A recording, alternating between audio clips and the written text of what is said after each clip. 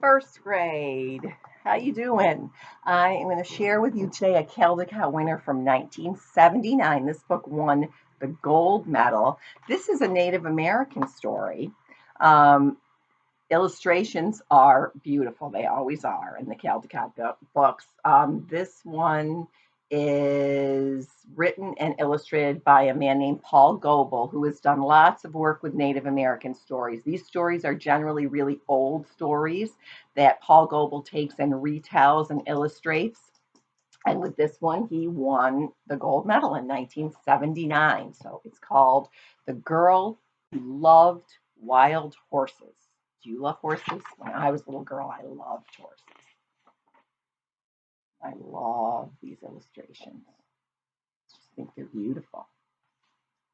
1979. The people were always moving from place to place, following the herds of buffalo. They had many horses to carry the teepees and all of their belongings.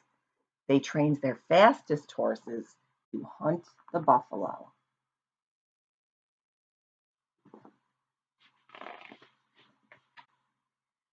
There was a girl in the village who loved horses. She would then, she would often get up at daybreak when the birds were singing about the rising sun. She led the horses to drink at the river. She spoke softly, and they followed. People noticed that she understood horses in a special way. She knew which grass they liked best and where to find them shelter from the winter blizzards. If a horse was hurt, she looked after it.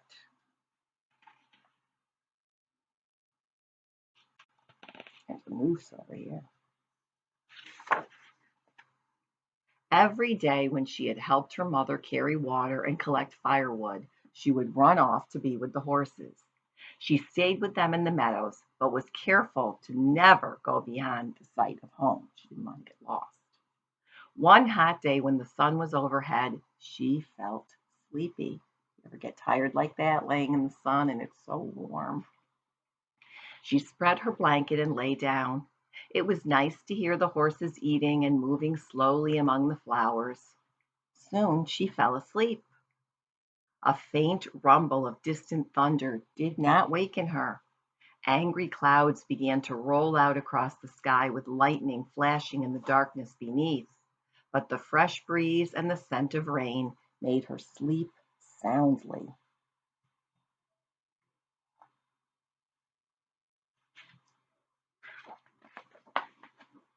Suddenly, there was a flash of lightning, a crash and rumbling which shook the earth. The girl leapt to her feet in fright. Everything was awake. Horses were rearing up on their hind legs and snorting in terror. She grabbed a horse's mane and jumped on his back.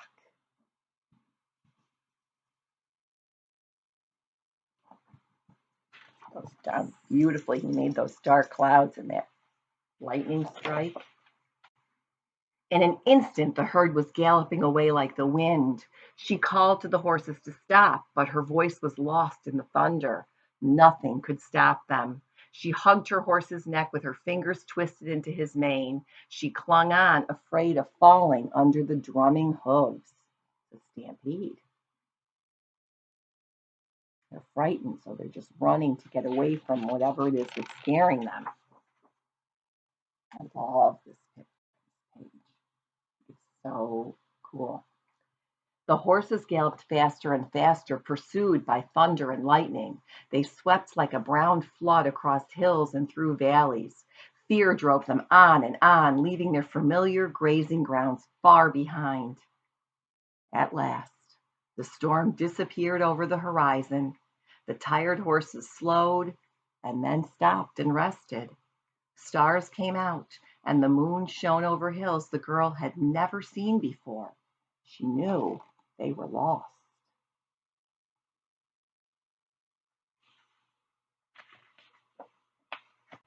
Next, look at this beautiful picture. I know lots of you are going to love this one with that rainbow. Beautiful.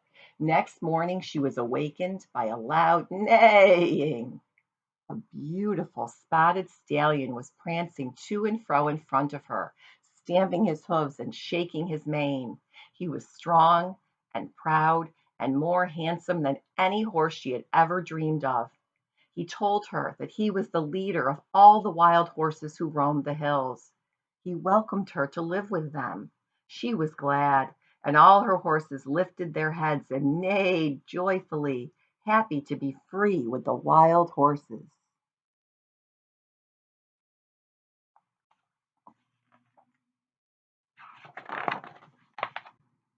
The people searched everywhere for the girl and the vanished horses. They were nowhere to be found. But a year later, two hunters rode into the hills where the wild horses lived. When they climbed a hill and looked over the top, they saw the wild horses led by the beautiful spotted stallion. Beside him rode the girl leading a colt, baby horse. They called out to her. She waved back, but the stallion quickly drove her away with all of his horses. She saw the people and waved, but the stallion was in charge and he made them move along. See the eagles up here flying? The hunters galloped home and told what they had seen.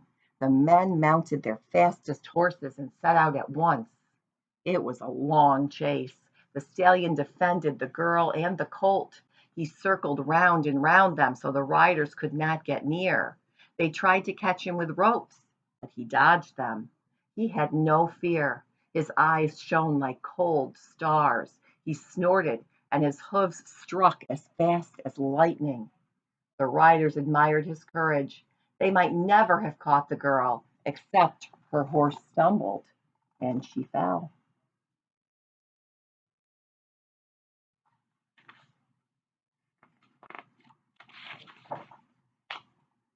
She was glad to see her parents, and they thought she would be happy to be home again. But they soon saw she was sad and missed the colt and the wild horses. Each evening, as the sun went down, people would hear the stallion neighing sadly from the hilltop above the village, calling for her to come back. The days passed. Her parents knew the girl was lonely. She became ill, and the doctors could do nothing to help her. They asked what would make her well again. "I love to run with the wild horses," she answered. "They are my relatives. If you let me go back to them, I shall be happy forevermore."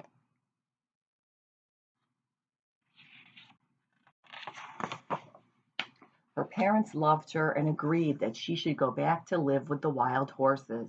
They gave her a beautiful dress and the best horse in the village to ride. The spotted stallion led his wild horses down from the hills. The people gave them fine things to wear, colorful blankets and decorated saddles. They painted designs on their bodies and tied eagle feathers and ribbons in their manes and tails. In return, the girl gave the colt to her parents. Everyone was joyful.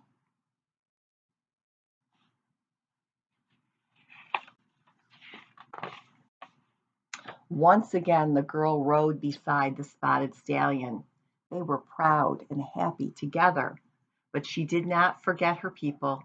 Each year she would come back, and she always brought her parents a colt.